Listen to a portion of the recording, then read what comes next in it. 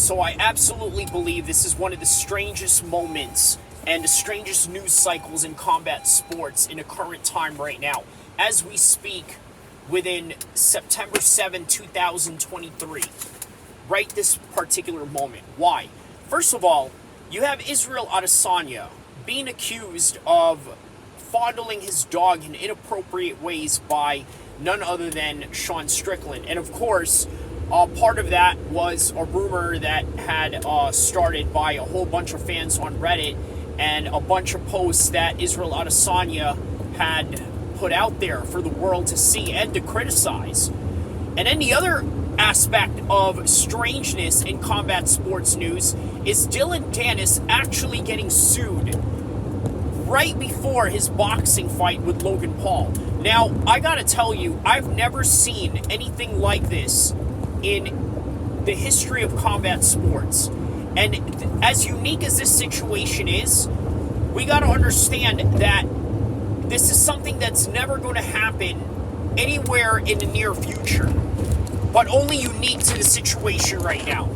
Because you got a situation where Logan's significant other was so triggered by this entire event and the fact that she was being used as some sort of prop into fight promotions, into building an event, and then on top of that, literally promoting them from co-main event to main event. Of course, Tommy Fury and KSI are still going to be the main event, but this right here has catapulted into a much more must-see matchup than the other one that's part of this card, which is Tommy Fury and KSI. So, for one, you got to understand, I think Logan is going to lose a lot of points for this when it comes to people in the MMA community, in the boxing community, in the entire fighting community in total. Because you got to understand, he has the control to be able to stop this. Now, how is he going to spin this? Because I've told you guys, even before he had that press conference, how his team was going to spin this in a PR move. So what is he going to do to spin this if he gets, let's say, discredited by the fight community because of the fact that he went along with a lawsuit, which, by the way, was a very popular banter amongst fans and observers around the world. So what would Logan's PR move be? He would say something to the effect, well, Nina has a choice to sue him or not. It has nothing to do with me, when we know damn well that it has 1,000% everything to do with him, because this is the reason why this fight is making more money. This is the reason why this fight is getting more attention. And this is the reason why all these factors involved are the reason of the mainstream attention that this is getting. And we're talking about billions of people now watching this around the world. So it's literally the same thing that's going on with Israel Adesanya and Sean Strickland. For one, this was a matchup not a lot of people were really looking for. Why? Because during the summer, man, it was a hot summer for MMA. One of the greatest summers for MMA, and you can't deny that.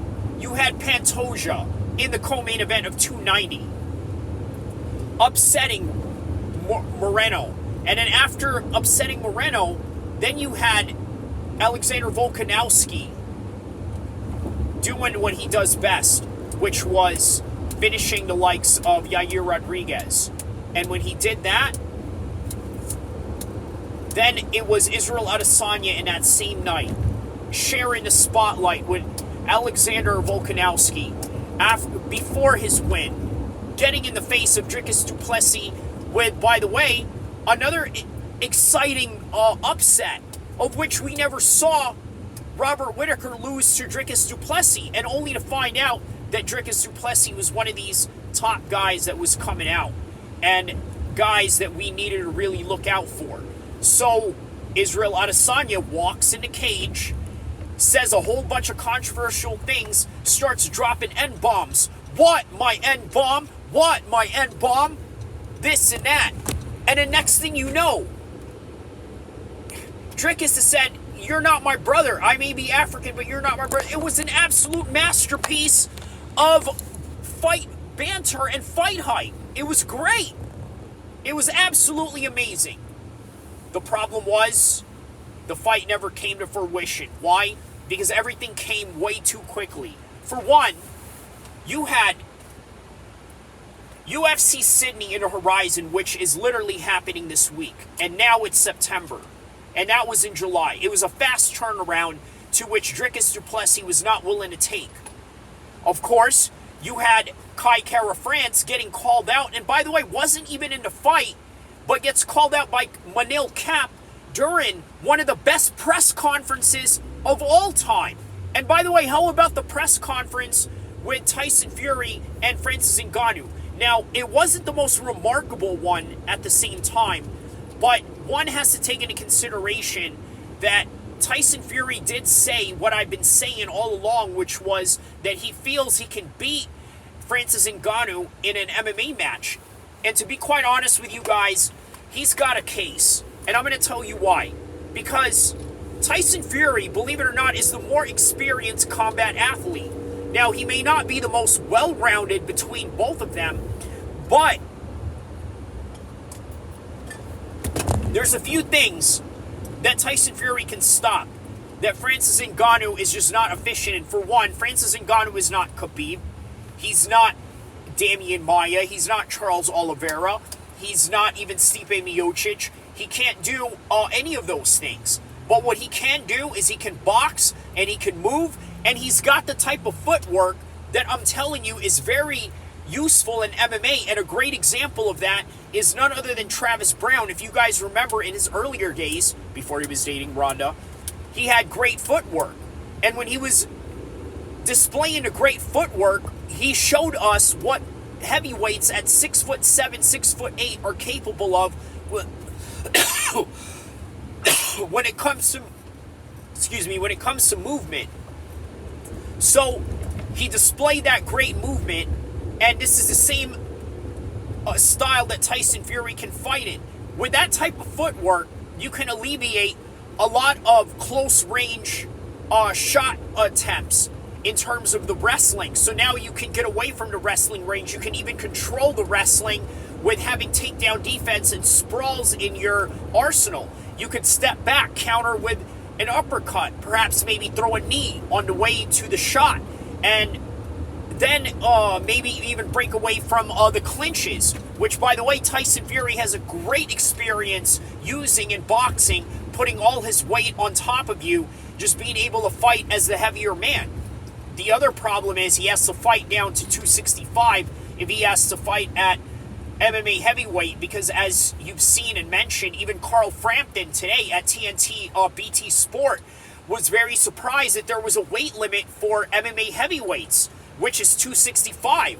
And that's interesting in and of itself, because Francis Ngannou had never taken on anyone like that. And it was also really interesting that Tyson Fury brings up that, man, you're saying that you live in a dream, I'm living in a dream. It's so surreal how all of these things come together, and I've even mentioned that in my social media posts, and even with the past content that I've created regarding this particular fight. So then we move on to the UFC press conference. You had that guy, the Pleasure Man, who's going to fight Tyson Pedro. Right? It was great that he was coming in there and basically spilling right into the rhythm of the entire press conference, which was very hostile. You've seen Israel Adesanya come in the aid of none other than Kai Kara France, and Kai Kara France was in the audience of that whole press conference while Manil Cap was talking smack to him. And then you had Tai Tuivasa play the comedic role, the comic relief of the whole entire event. And you've guys seen the press conference. I can't go on how much of a great press conference it was. You guys know all the points. I've just mentioned some of them. But nonetheless, this is one of the strangest and yet one of the best times of combat sports there ever is. And we're just very happy to be alive to be able to witness it. So let's continue on with more great fights, more exciting fights, not just top championship fights, but also entertainment fights that gets our dopamine high going and gives us something to look forward to every weekend. Like and subscribe. I'll see you guys again soon.